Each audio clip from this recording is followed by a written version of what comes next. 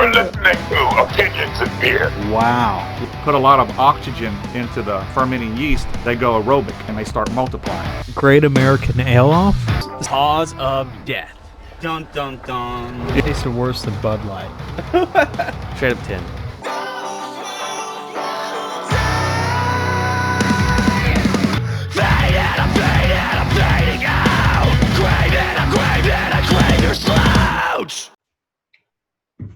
All right. All right. Beer and opinions and beer. A podcast with two guys and another guy. Heck yeah. It's all dudes here. What is that weird? No, okay. All dudes here on Opinions and Beer. Yeah. We have the same mic of a different color. Yeah, you got the Yeti? Hey, I have That a thing is blue. amazing. Yeah, it's actually really good. Especially once you fine tweak it, it comes through great. I mean, I use it all the time. So. How did you tweak yours? So I use a program called OBS, Open Broadcasting Source, and you can put like a couple of filters on there. Oh. Probably the best one to put on there is Noise Gate, because that cancels out like fans and stuff in the background if you have like kids and stuff. That's called OBS. It's OBS. That should be easy to find. yeah, you'll find it. Trust me. It's a free program too. So. Okay. Hi, guys. Hey, how you doing? I'm well. Excuse my dog freaking out downstairs. He wants to be let out, and I'm not going to let him out. Well, that's up to my 12-year-old, but I'm focusing on you guys and your wonderful outfits. Oh, Hey, thank thanks, you, man. Well, This is from Korea. Oh, at no point did I ask, but that's great. That's great. Are you drinking beer right now? I am. We have Imperial King Cake Stout, but Look at you. For you, because you're on the show, we did buy Carole Did It. It's a raspberry mango wheat by Buxton Brewing Company. They got that out fast. really fast guy. So, Mango wheat? Yeah. Yeah, Sounds like raspberry mango. Raspberry wheat. That sounds like a granola, a bowl of granola. Yeah. Sounds wonderful. I would honestly say that Tiger King stuff exploded pretty fast down here, just because we're already kind of like a smaller community. So once quarantine and lockdown started, like, yeah, everybody was like, "Hey, isn't that the guy from down the road?" Right. Wait, where are you guys located? We're in Southeast Texas. Oh, yeah. So that's Yeah. Oh, well, southeast. But how long of a drive is it to Oklahoma? Probably like 3 hours, maybe. Oklahoma. Oh yeah, I guess so. Maybe 3. I mean, it it's depends. like 4 or 5 hours. Yeah, I can't imagine the explosion of people. I mean, it's a weird. If there was no pandemic, that zoo would be the busiest zoo in America. Oh yeah. yeah. Oh, Easily. Yeah. I mean, Jeff Lowe would be printing Affliction T-shirts out for himself because I think he uses them as currency. Man, I've got to say, like, your interview with them was just absolutely amazing. I mean, I watched a bunch of interviews with them prior to that, and like, really, like, just you interacting with them was just so good. It's like you had something to say for pretty much everything they brought up, and I'll take that. Yeah. Well, my goal was I interviewed each of them for an hour, and Oh, they shit, okay. they boiled it down to 7 minutes. But my goal was to make them human beings, because everyone is referring to them as characters, and I was like, these are people. This is not a play, and it's not a drama, and it's not really even like the Real Housewives, because those shows are all scripted, and they're all they go into them like it's an improv show. I mean, they're all kind of heightened versions of themselves, but these were just people being filmed, and Joe Exotic is obviously that over the top. But people kept referring to. I was like, no, Saf really had his arm ripped off, and so there was. I really wanted to boil it. I wanted to get good, like, real reactions from them and find out who they were, and so make anyway, fun of their shirts. Some people still don't get it. I had a conversation the other day where they assume that was just based off a true story. I'm like, no, those are the people. Yeah. That's the real people. I mean, like, yeah. It's really, I mean, when they say, like, who would you like to cast who would cast you in a movie? And I kept thinking, like, Yeah, there's probably going to be a movie, but it's going to be very difficult to capture the mayhem and the reality of what it was, because obviously it's the most famous documentary series in history now. But it's going to be hard to kind of rise to the level that the actual people got to. Yeah, it's so relatable, I'd say, because like seriously, like around here, I mean, that's how people genuinely are. Like they come out across that, and it seems it goes to show how kind of disconnected the country is from each other. Because, like you said, like a lot of people see them and they're like, oh, these are they're like stereotypical characters. They're characters, like, right? Well, I mean, that's just the way of life down here. Right. But would you say that obviously Joe Exotic is a unique personality? I mean, but that's like, he's got to be trying to do like a role or something, right? Like, well, the man obviously is a showman and an extreme extrovert. He did magic and shit. Yeah, I know he's a performer. So yes, there's when that as that one producer said that every time the camera would turn on, he would fire someone to just create more drama. So in his case, he probably obviously is a heightened. But when he showed up at Travis's funeral dressed as a priest and then talked about his balls and then sang a song, I don't, that there's a disconnect there that's not, how typical human beings behave. Yeah, no, there's an intense amount of narcissism there. Yeah, and it's funny. And people were so angry with me asking all the people that I interviewed. They were angry with me asking the question, "Do you think he should be in jail?" And no, that's a good question. Yeah, it's like it doesn't seem A, like a hard hitting question, and B, I think that's not unfair to ask. And then they were like, "You're making fun of them," and I was like, "I did make fun of Jeff's Affliction T-shirt, collection. There's no doubt that I made fun of. What was the answer from most people whenever it was you unanimous? He needs to be locked up. And it's crazy how there's like a bunch of like petitions and stuff going on right now saying like, oh, he should be out.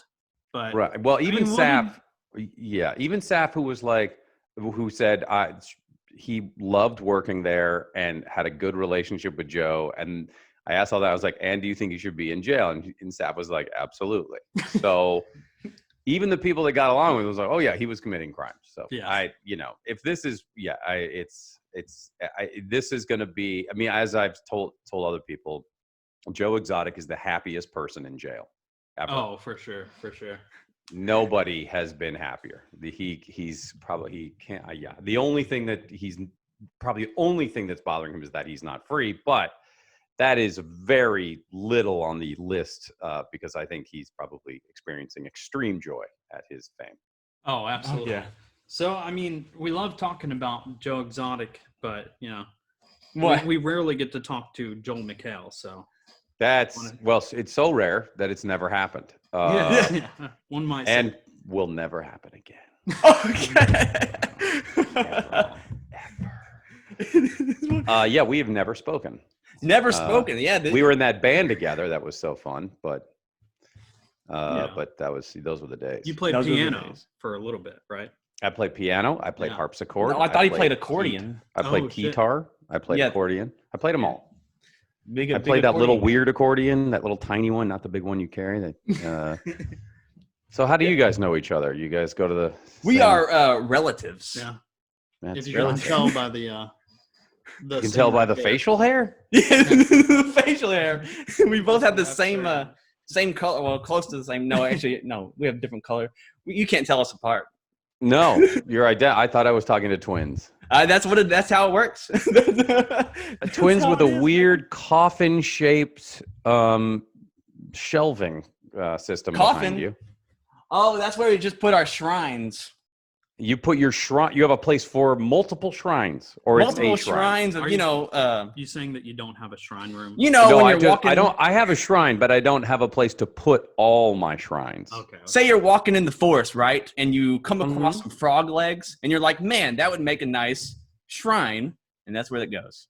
Well, I wouldn't. I think frog legs would be good to add to a shrine, but to create a shrine, out of just frog legs. Well, no, I'm just saying that's an example of one of the shrine pieces. Yeah, you got to build it up like the hay armor. I thought you were saying the frog legs were the shrine as opposed to just being part of a shrine. No, no, that'd be weird. This is good podcast. This is interesting. Hey, man, thanks. I appreciate it. So what time is it there in East Texas? You guys are on Central It is 12:47. And you got your workouts in before you started drinking? Did you see that? Yeah, I saw you guys on that Peloton. I saw you that. No, okay. It's like, no, You guys he are was literally cycling away. He was like, "Oh, I got to get the nerves out." So he dropped and he did push-ups just to get the nerves out. That's what I want. I want to buy a super expensive bike and have someone yell at me to ride it. That's what I want. But So getting back to beer, or yeah, we're a Uganda. what do you guys want to talk? What? We're a Go ahead. Uganda-nominated podcast. You're kidding. No. Congrats. Yeah, man. I don't even know what that is, but that's great. It's cool. You're huge in Uganda, is what you're saying? Oh yeah. We're huge. Congrats. Pretty in big. In Uganda. Pretty Thanks. big in Uganda. We have a cult following there. What's the drunkest you've gotten on during a podcast? Oh man, do we want to tell this story to Joel Which McHale? one? Oh, have you already told this story? No. No. Well, I mean, it was kind of live. There's because probably two times. We've done a few interviews where we got a little too drunk. Only one turned out really bad because we got too drunk, and that was with what's his name? What? Oh, the skateboarder? Yeah, skateboarder. Jason Ellis? Jason Ellis. Jason Ellis. Did we had a Jason buddy get that- his lit? Huh? Was Jason drunk? No, we had a buddy, and we will never invite a guest buddy ever again. Oh, yeah. So he's an enabler. He was like, it's party time. Well, yeah, I think his friend just died from like a heroin overdose, and he was Oh, just like jeez. depressed. He kept There you asking go. Jason Ellis if he could jump off of his roof. Yeah. I don't know why that He was was like, a turn on. Really? Jason Ellis, but And he was just like, "Hey, Jason, if you keep working at it, you'll be a good skateboarder." He just didn't know. He just didn't know who Jason Ellis was.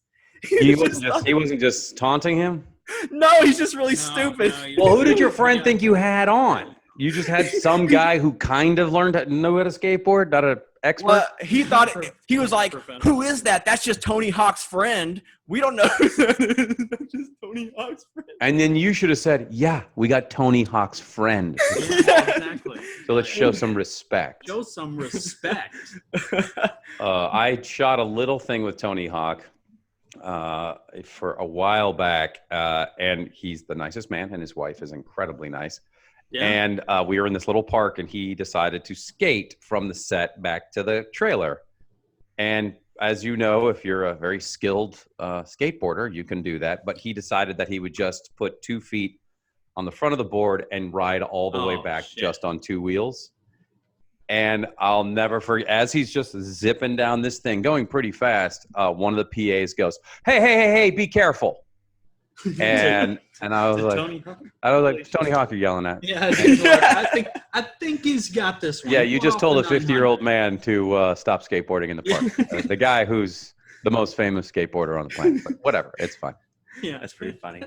Made me That's very actually happy. really So cool. you got so drunk that was Ellis pissed? Oh yeah. Yeah, he wasn't happy. Yeah. Well, I mean, like the guy got so drunk, I kind of had to like strong arm him away. And while that was going That's a on, podcast. Yeah, dude. It's So you manhandled your friend. Yes, and that interaction, he was like, "What the fuck's going on?" And he was like, "See you guys." yeah, He was like, kind of dumped after that. Was Which, he like I don't in blame studio him. with you? What's Huh? that? Was he in studio? No, he wasn't. No, he's kind of doing a Skype call. I want to say. Yeah, it was like Skype.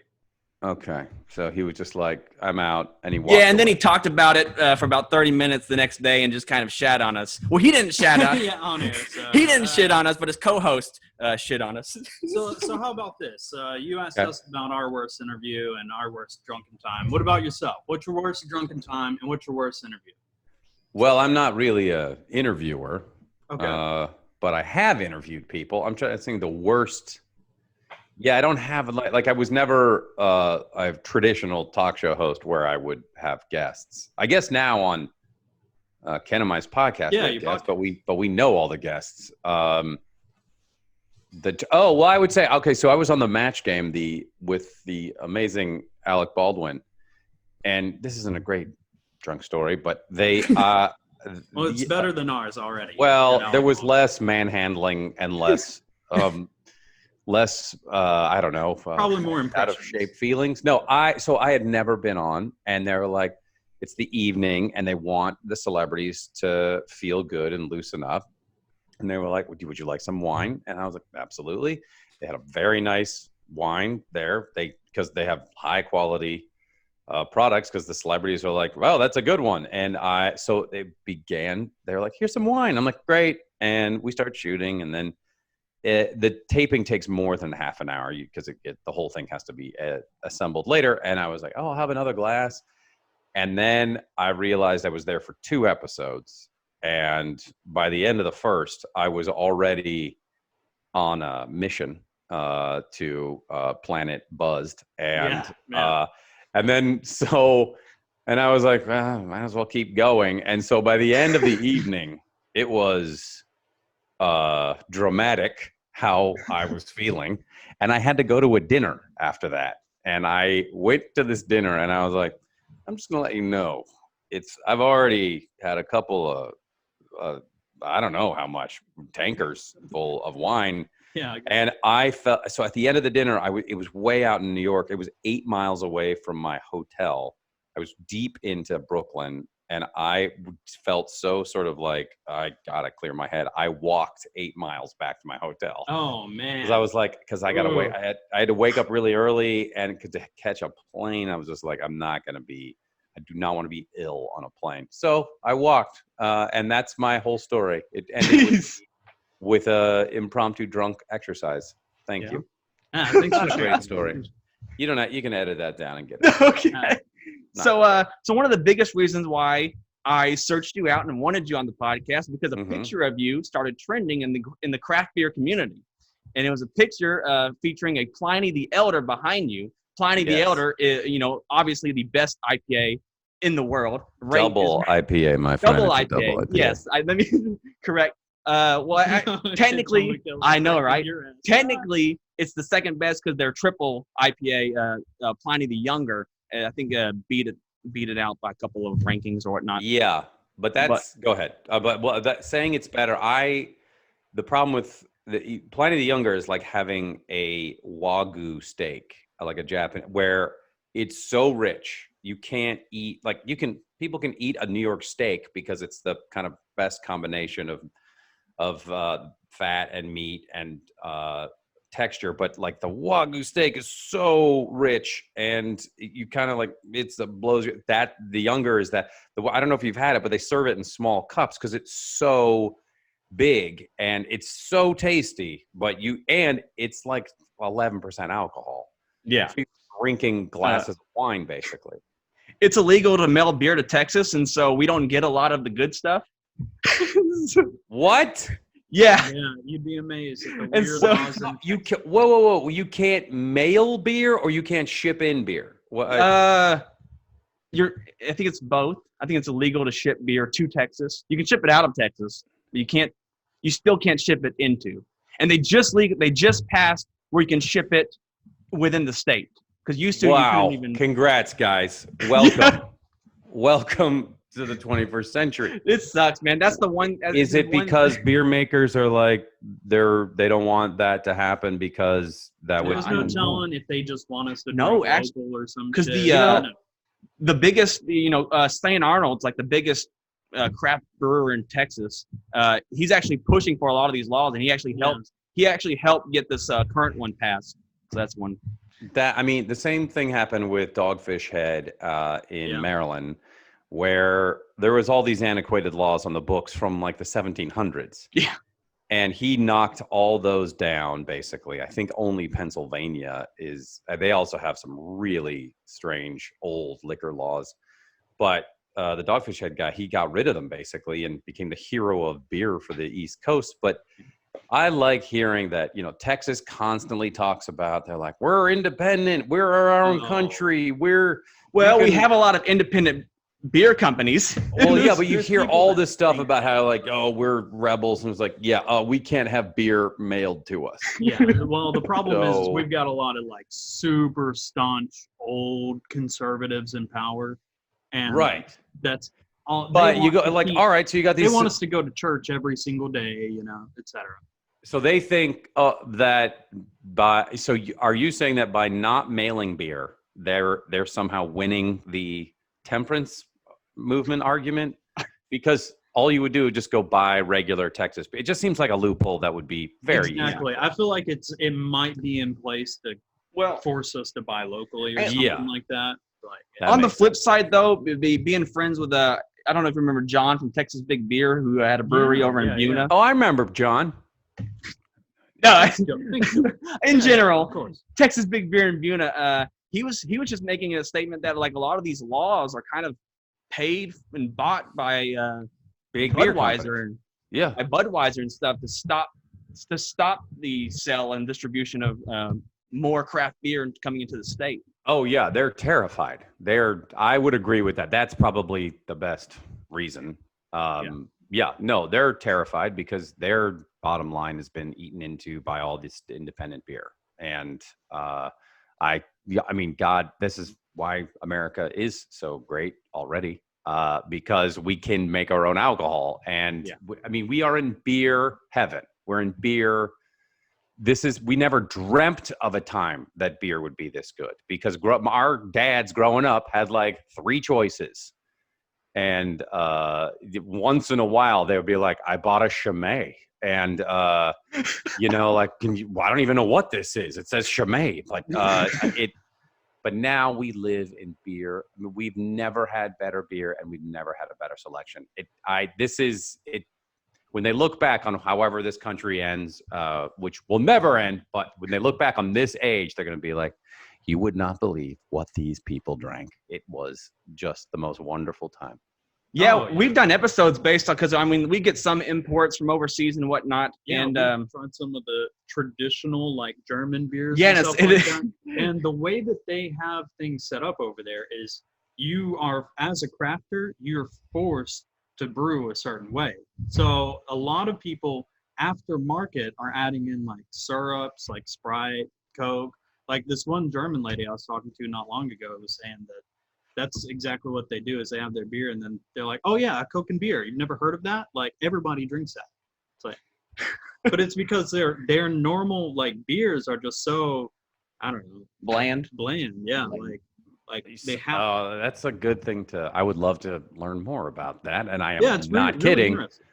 I mean, it is interesting that American, a craft beer it was invented in America in the last, I like to think it started with Red Hook up in Seattle, my hometown. And but they really did I remember, in the early 90s starting to drink it and going like, wait a minute, what is this wonderful thing? Or Hale's Ale was the same. They're not as prominent still, but it's great that I think there were rules like that, but Europe is still, like, someone sent me like, this is the finest, I forget what it's called.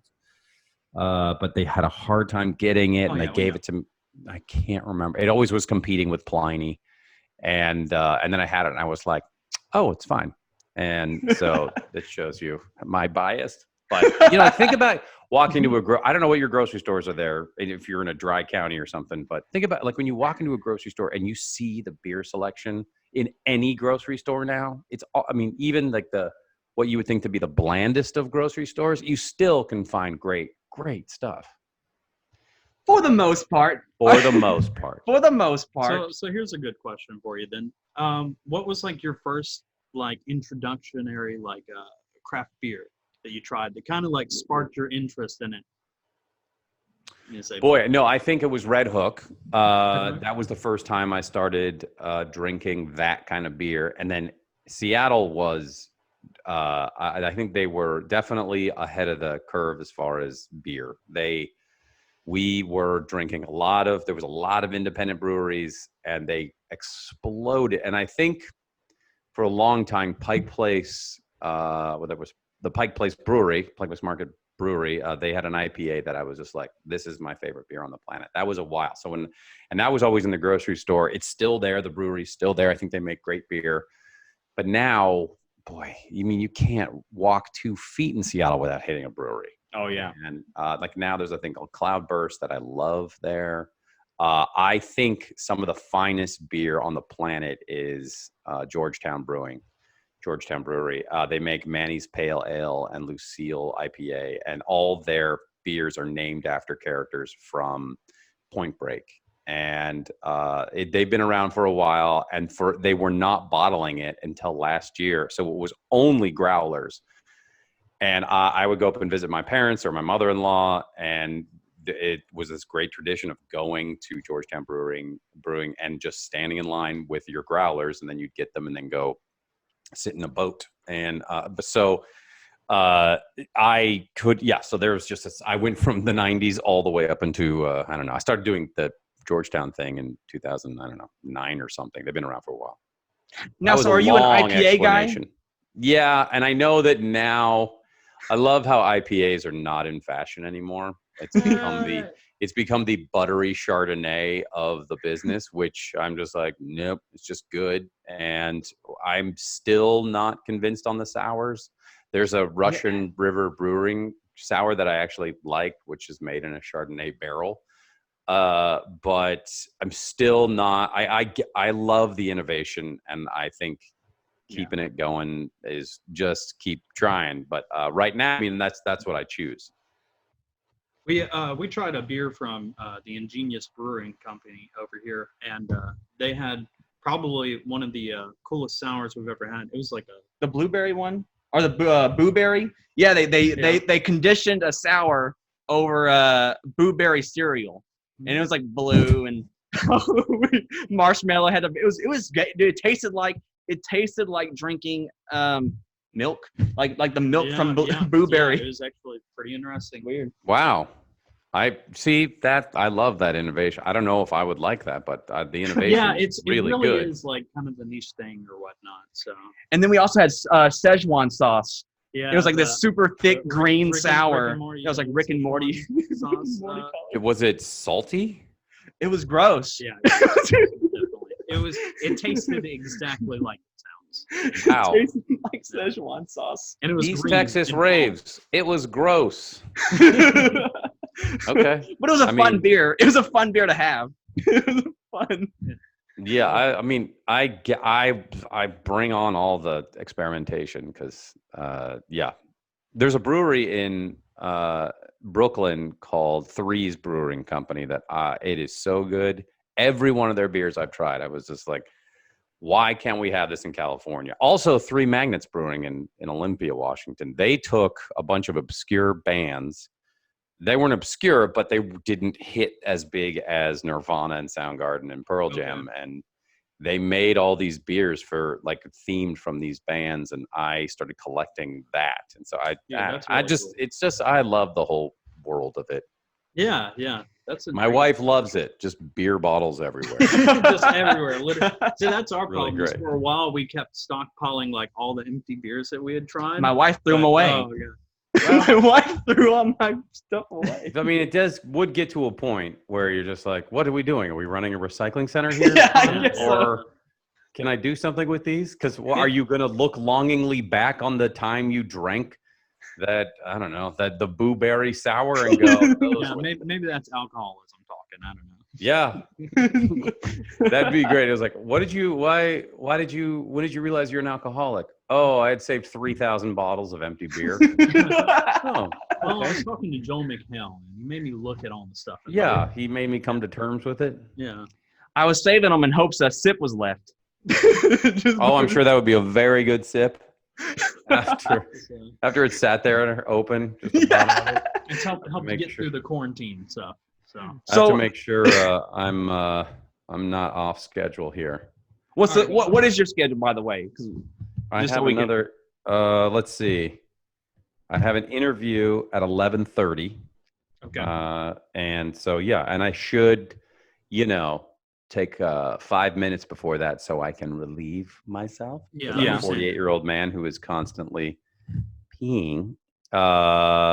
Okay. So anyway, So you want to get into some of your work? let's get recent into work some of then? my work. This is Yes. interesting. Oh, Or yeah. we can just talk about beer because that's something else I love.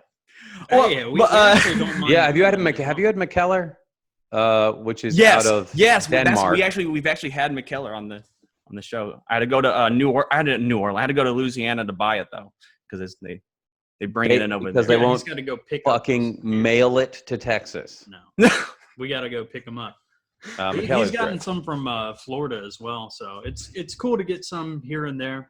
Why don't you guys break these laws down? Why don't you do something about it?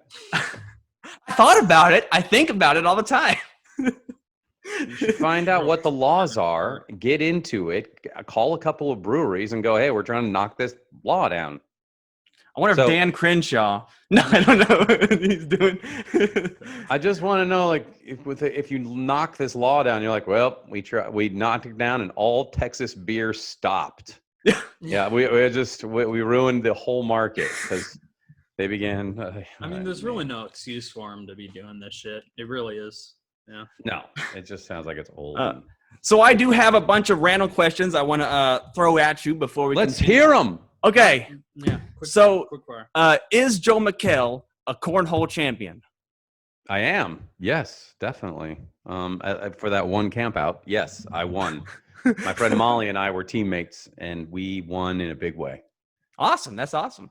My kids and I love the cornhole, and I feel, and I like now because of watching ESPN is now the greatest. I love it so much because they're just showing reruns of cornhole championships and axe throwing. And so I thought they need to combine those definitely. And then yesterday, no joke, and it didn't seem like that much of a joke, but it was slippery stair competition on ESPN where they have basically a flight of stairs that's ice and kids, like young kids in full, helmets and stuff. They're trying to get up the stairs, and whichever team gets up first wins. And I was just like, we live in a glorious time. Really worried for a second there. But yeah.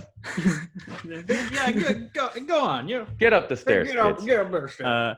If you were to cast Ken Jeong in the Tiger King movie, would you cast him as Kelsey Saffery or John Finley?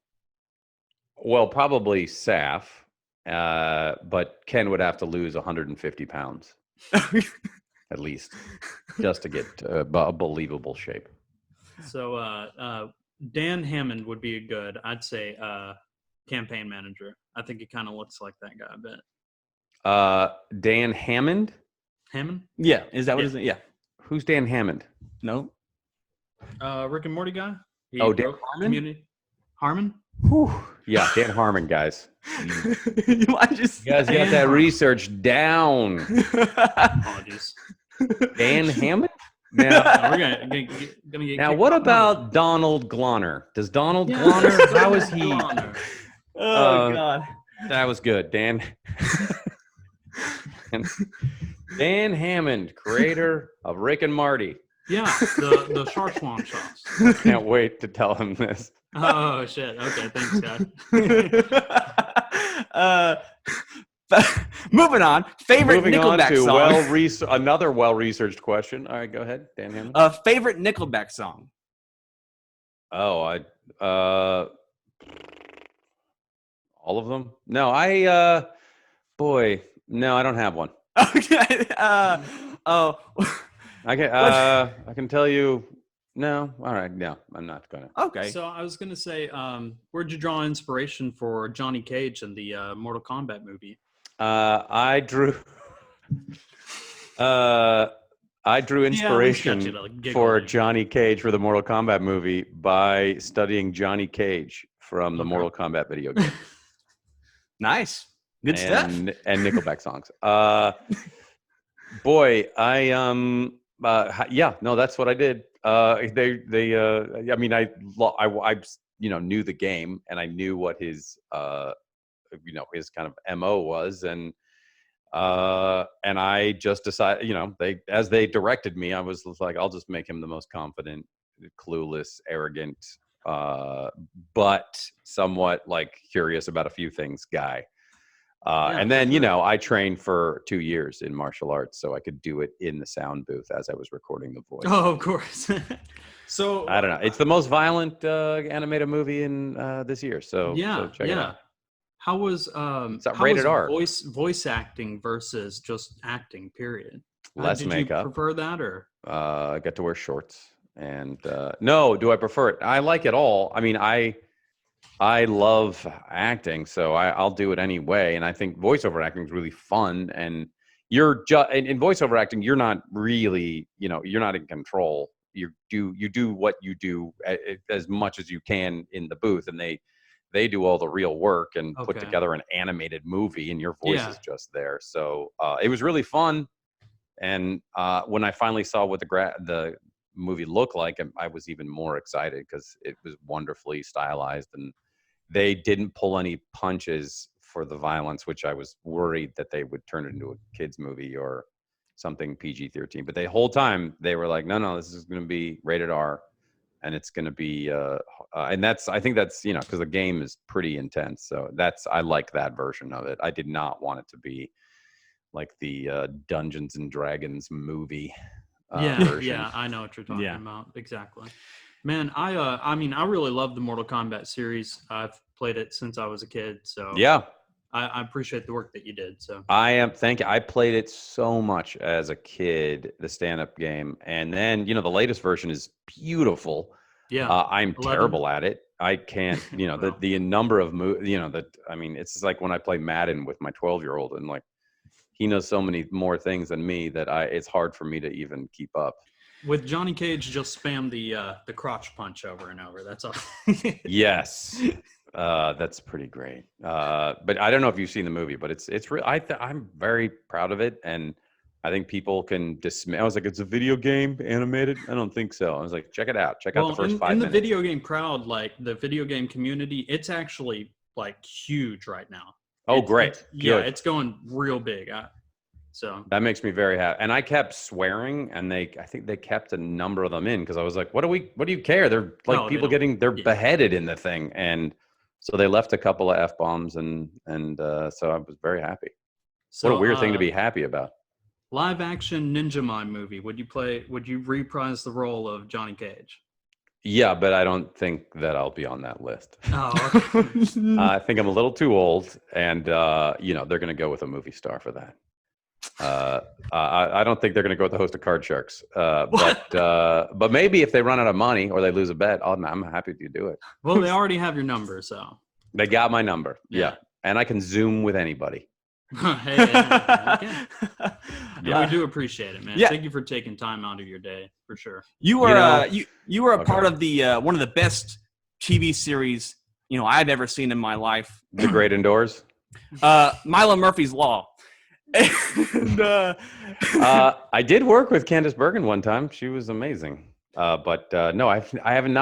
Why didn't they ask me to be on the reboot of Murphy's Law? What the hell? What's up?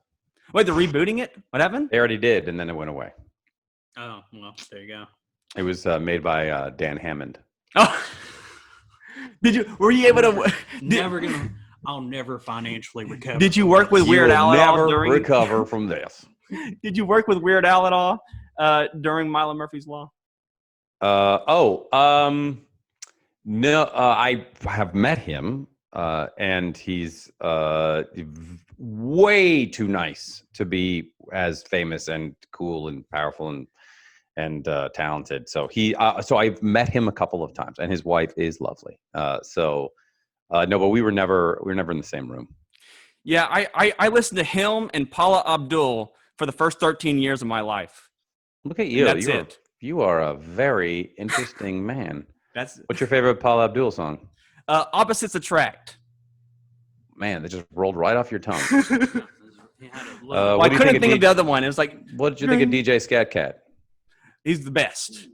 Well, of course. Good answer. You should play him in the reboot. I really should play an animated cat in the reboot of a music video. Okay. It should be a movie based solely on the cat. You'd voice him. I would do that. I would do that in a heartbeat. People are screaming for that. They want that. They definitely are asking for that. So a while back, it was what, last year you were also in the Fortnite Pro-Am, right? Yeah, I did that the last 2 years in a row. Poorly. 2 years. Okay. Cool. I was really bad at it. My kids, they're very good at it. And I would play with them. And my older kid was like, Dad, look, I'm not that great at Fortnite, but you are terrible. And so it was like this weird coach. Like he was like, but he was using tough love on me. He'd be like, then they were giving me, I was like, so when I get in the game, and then they saw the list of players and they were just like, you don't have a chance. I was like, so what should I do? And I was like, they're like, hide, just hide as long as you can. But you could see that it was like, I don't know how to describe it, like some private in a war who did not have enough. Like in World War I, they were just throwing bodies, and they were like people who had 2 weeks of training. Just like, get in there, and they were like, oh boy, this guy, he's so dead. He doesn't know what he's saying. He's dead. All right, next guy. So I killed a person. I killed someone in the first one, and they were so relieved. They were like, hey, you didn't embarrass us. And yeah, like, it wasn't too bad. Yeah, and so yeah, it was really fun. I love the game. Is so popular, it's crazy. And now, of course, video games never been more popular in the history of the planet. So I've got two more things I just want to get out real quick. 11:17. I should leave in about 5 minutes. 5 minutes, okay. All right, so you once you're a beer guy, so you know that certain styles. I'm on the beer podcast. So you know that certain styles age poorly, right? Yeah, lagers. Well, there's a story that says that you once traded a 2-year-old IPA for beers at a brewery. You've traded a 2-year-old Pliny the Elder to this beer. It was amongst the picture that was trending in the craft beer community. And they're like, yeah, he's a cool guy. We traded some beers from my brewery, but he sent me a 2-year-old Pliny. What? I don't even remember this. When was this? Well, he didn't say when. He just said you did it. What brewery? He didn't say that either. So maybe he's just talking random. Yeah, you've got your facts all down, officer. Well, no, I'm asking you for the facts.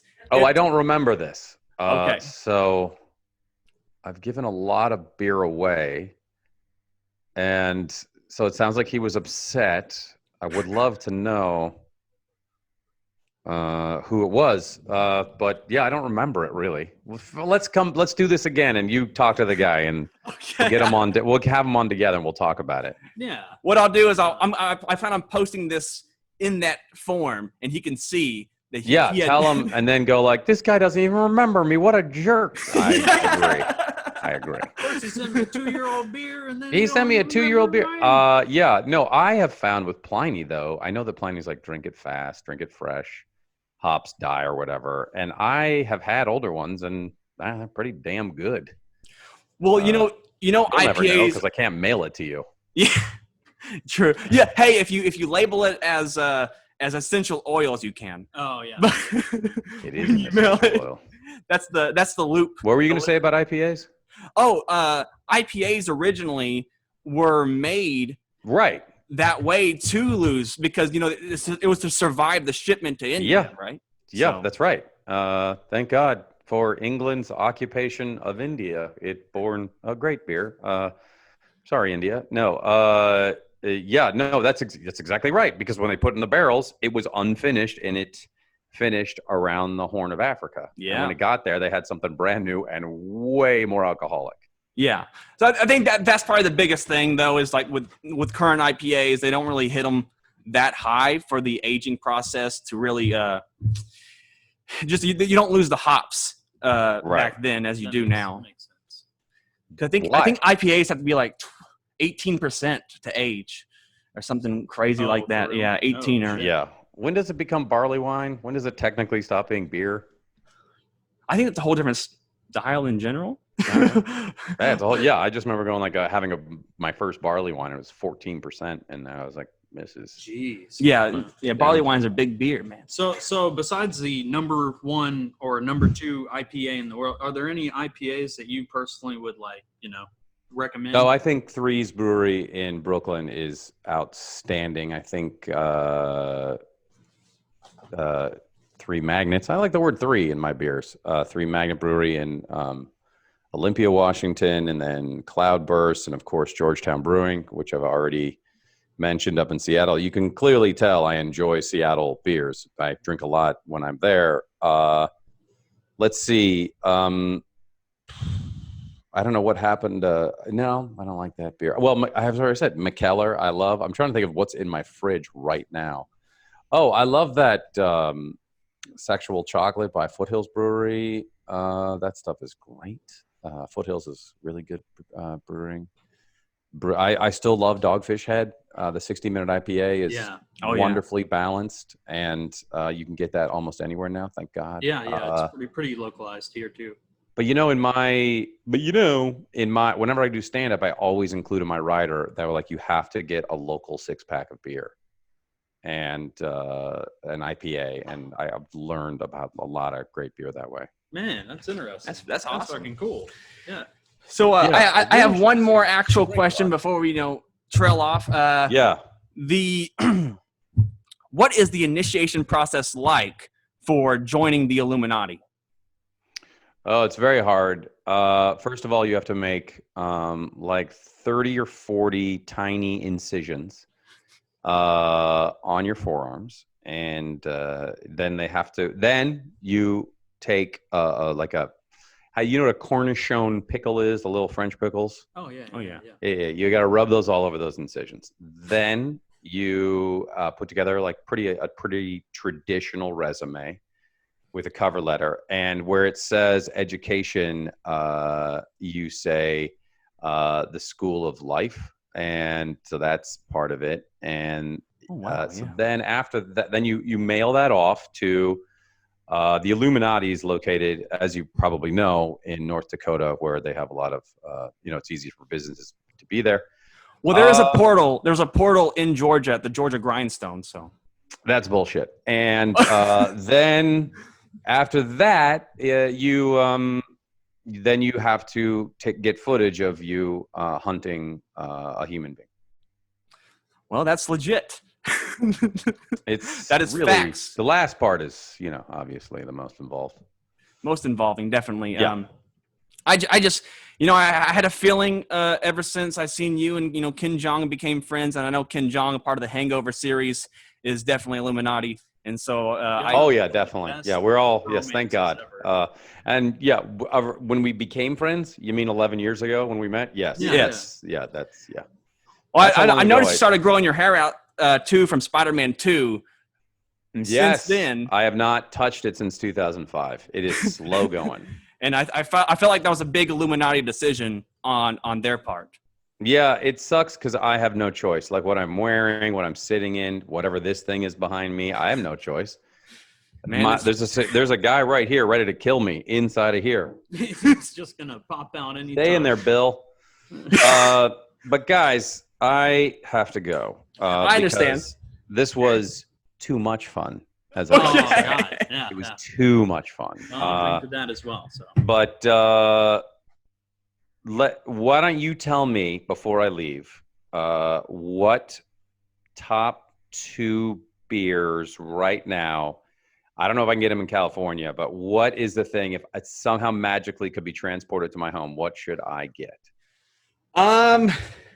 Jesus. Okay, Jabberwocky by Lone Pipe Brewing Company is one of the best IPAs that we've had on the show.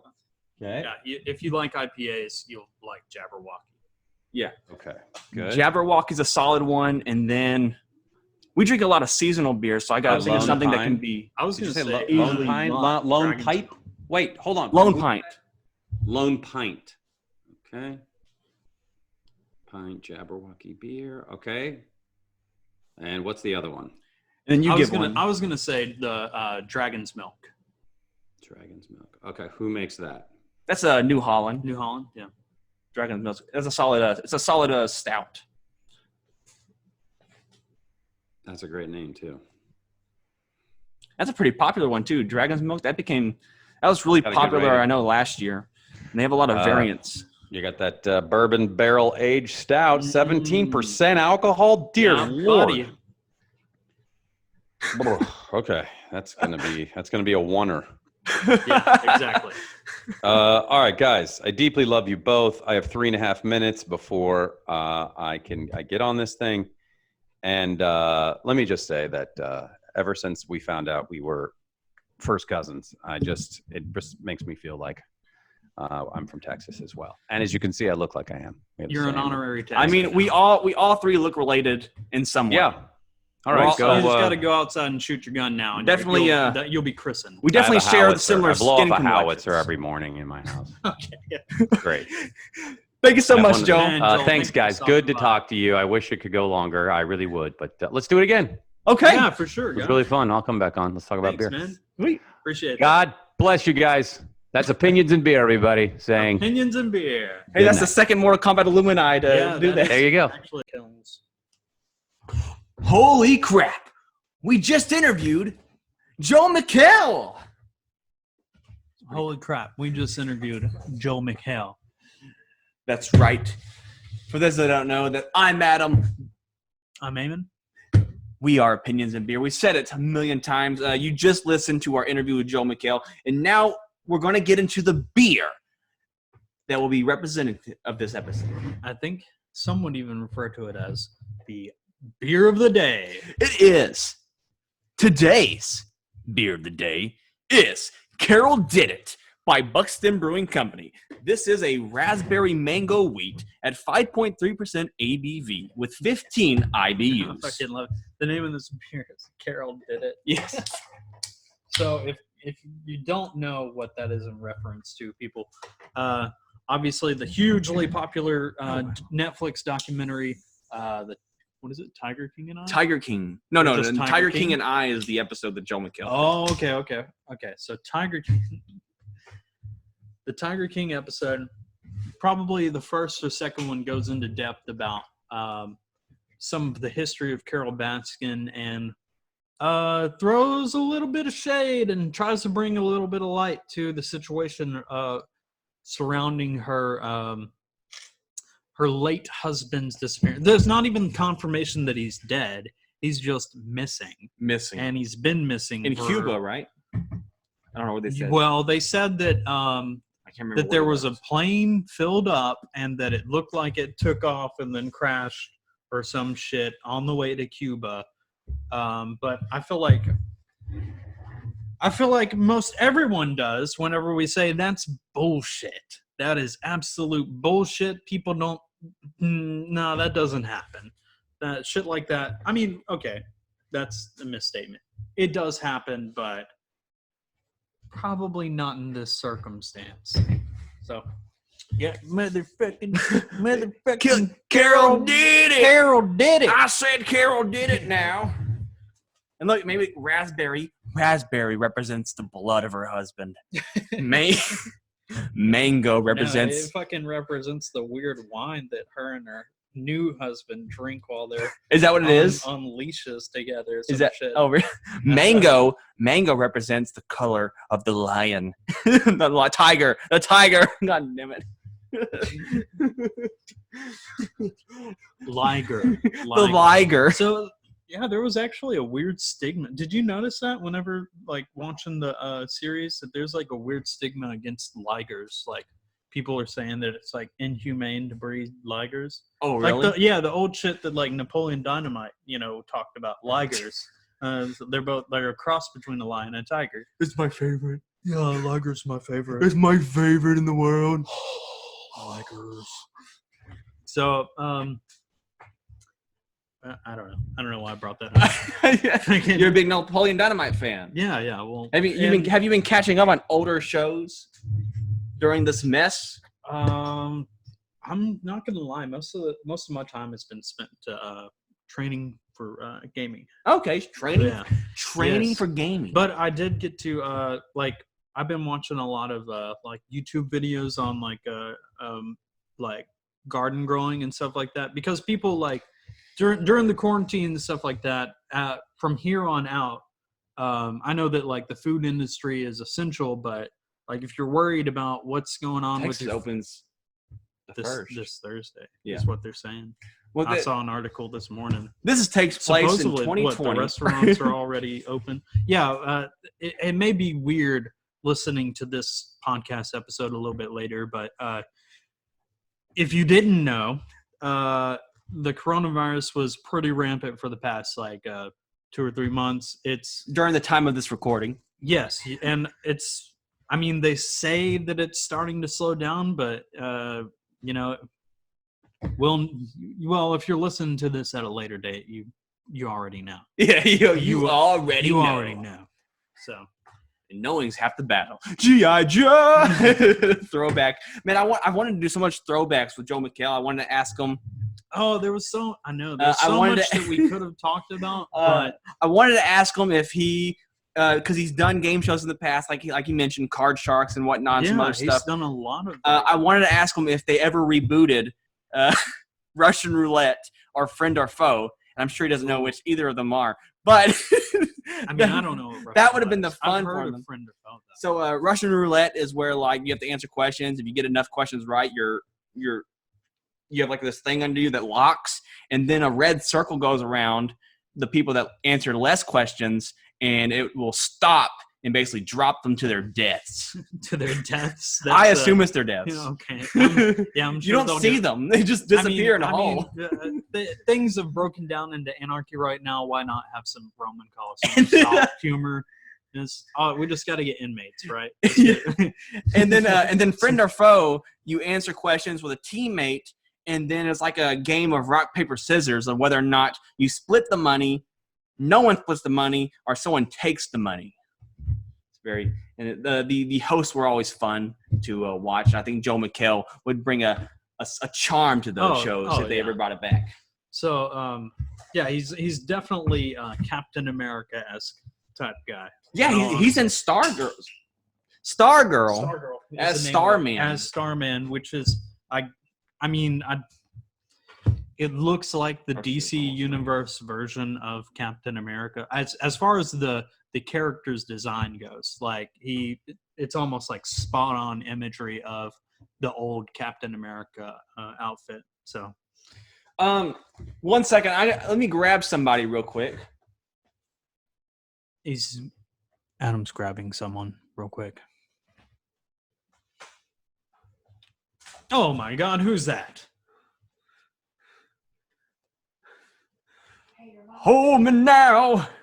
I'm 6 feet from the edge, and I'm thinking maybe 6 feet ain't so far down. You know who this is? Is that a masked singer? Well, it's me. It's your co-host. Gee, but yes, I was a masked singer. Everybody throwing those references. We're trying to throw in as many things as we can that we missed out. All the Here's references. Johnny. Here's Johnny. But anyways, you want to try this beer? Yeah. So wait, before we get into it, what's your personal opinion on Carole? Do you think that she did it, or man?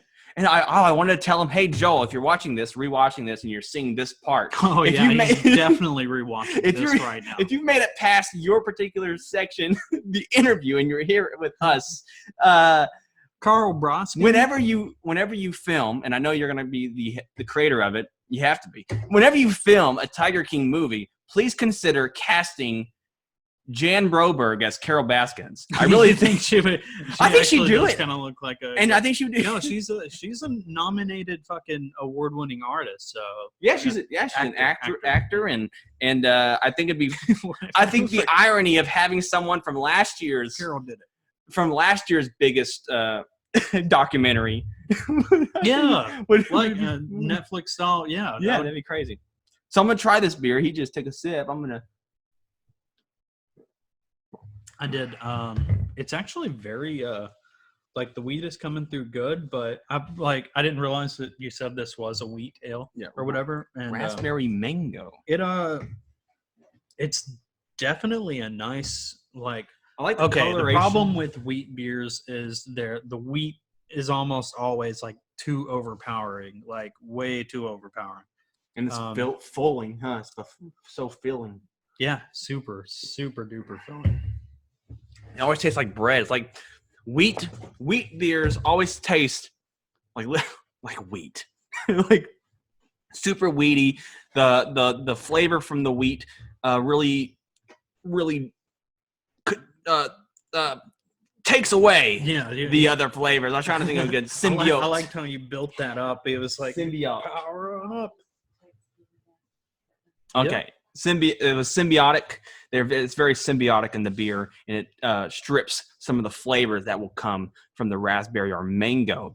Out of raspberry and mango, which one are you pulling from this beer? I mean, I'm gonna be honest. I do taste a little in the aftertaste. I'm tasting some of the raspberry. I'm not well.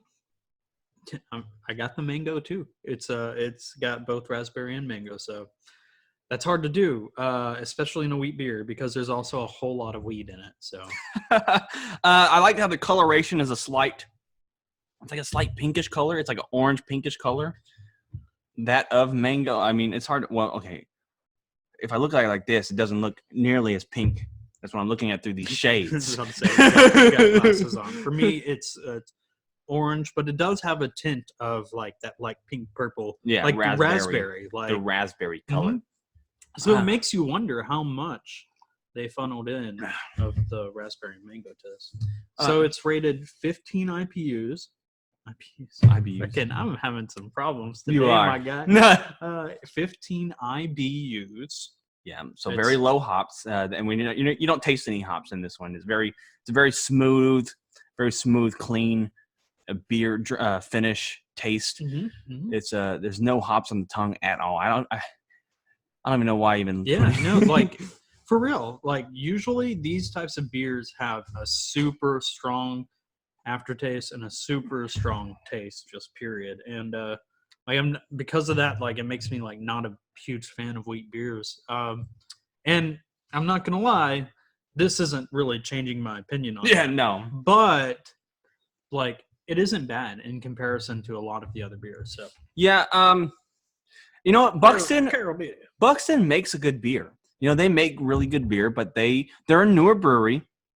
And so they have some beer styles they haven't really quite perfected yet, and that's nothing on them. But this particular beer, I may give maybe a 5 out of 10. See, and that's the thing. bad. Like, It's okay, smooth. personal preference, like it's not high up there. It's probably, for me, like it's similar, like 4 or 5. Yeah. I'll say 4.5 on the taste scale that Hey. I enjoy. But like overall, I'm gonna rank it probably a 6.5 because the process in brewing this and getting that flavor to come through in a wheat beer is not an easy thing to do. Like it really isn't. So I do have. Let's go ahead and I have one can of this left. I want to go ahead and do a try of this. This is their slow. It released the same time as Carole did it. and this is what you said, Buxton Brewery? This is Buxton again in Nederland, Texas. Buxton Brewing. This is slow drip stout, coffee stout. Now the title of this episode will be Carole Did It, but we will review this beer. This slow drip coffee stout is 9% in alcohol by volume with 44 IBUs. This was brewed with coffee from a local coffee source in Nederland, Texas. So it's brewed on top. So Walmart? Nah. Nederland, they have like a coffee shop or something. Do they? I think Nederland has a coffee shop. It's kind of like a lot of these coffee shops. I don't know how they're doing it, but they get a lot of their own. They're like making their own grounds. Very odd. Like Reverend Coffee in town, they have their own grounds they sell. Reverend Coffee in town. Where's that? It's like next to Ace Hardware. Oh yeah. Yeah, they make their own. I don't know where they get it. They have their own coffee though. Well, they grow it. Do they grow it? They grow it, Where? and then they make it. Where are they growing this coffee? How do you grow? How do you grow coffee? Watch some Coffee YouTube beans? videos. Yeah, You have to grow coffee beans. You have to grow a lot of coffee beans, huh? A farm of it? Maybe somewhere. I don't know. Maybe we should talk to the coffee people, We the should local interview- coffee people, yeah. and ask about. Because I mean, like, I know it's not beer, but Yeah. I mean, we can't deny that a good portion of the craft community right now inject coffee into Yeah, their they do. beers anyways. So I mean, if you're trying to like come up with your own home brew or craft brew, why not try and do, locally bought or locally farmed coffee as well? It sounds to me pretty cool. So let's try this here. Okay. Stout. All right. And you said this is a 9% slow drip coffee stout, 44 IBUs. Ooh, okay.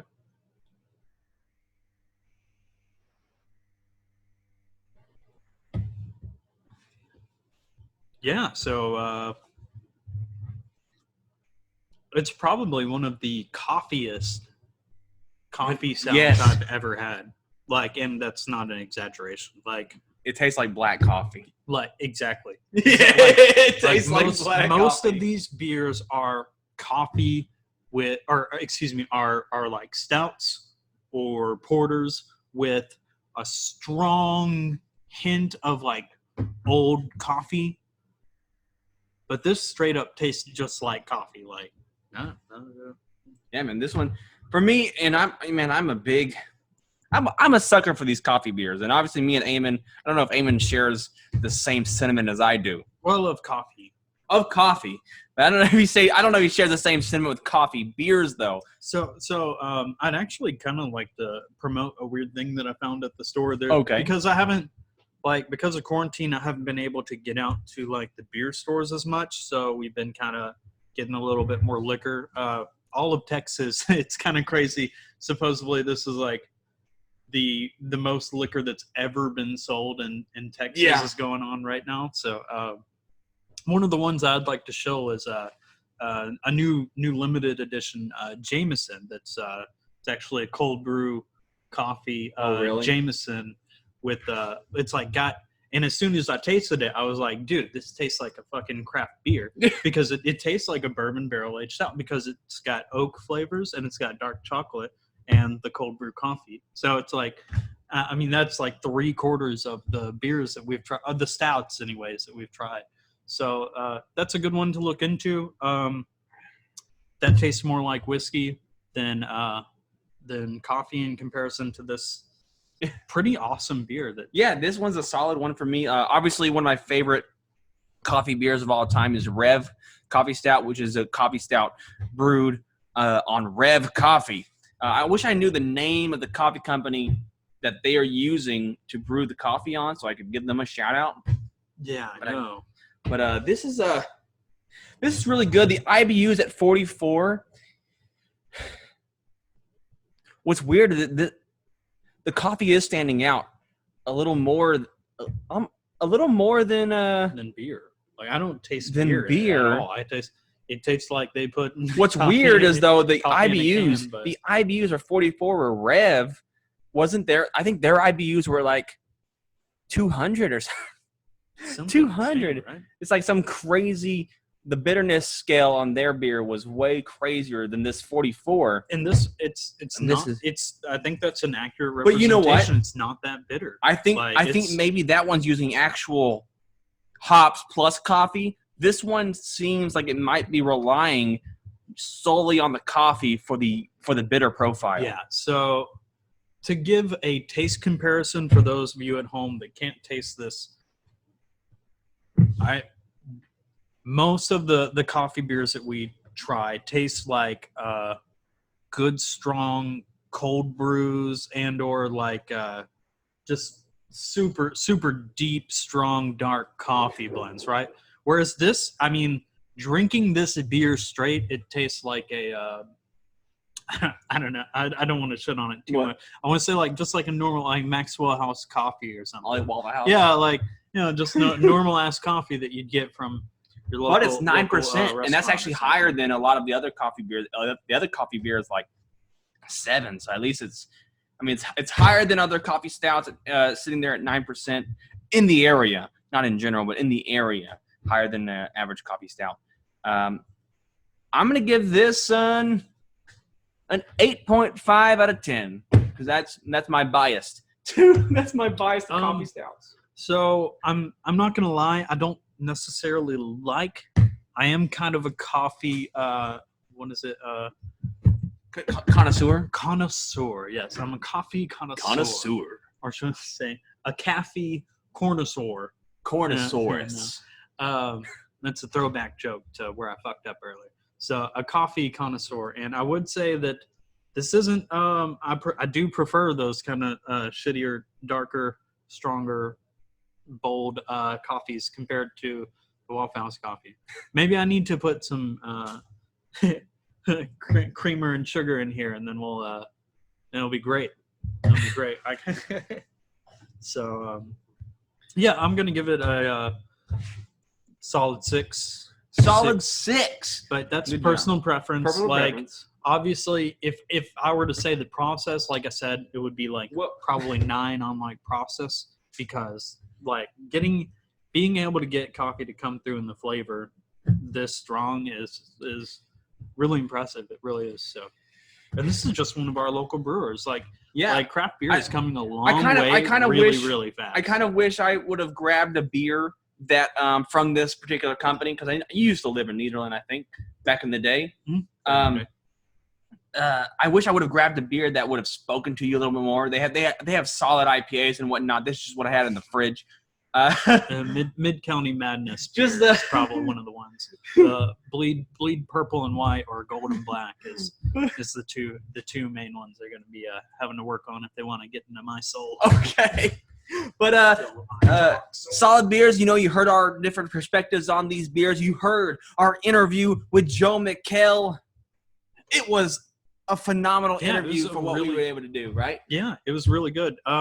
We did have time constraints, but I mean, even with the time constraints, we covered a lot of shit. I know. I mean, and we had a list, and I was like, sometimes I probably did force.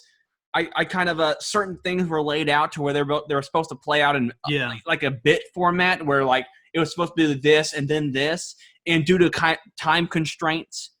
Well, I mean, also we've got to talk about how much of like observational humor like Joel McHale does.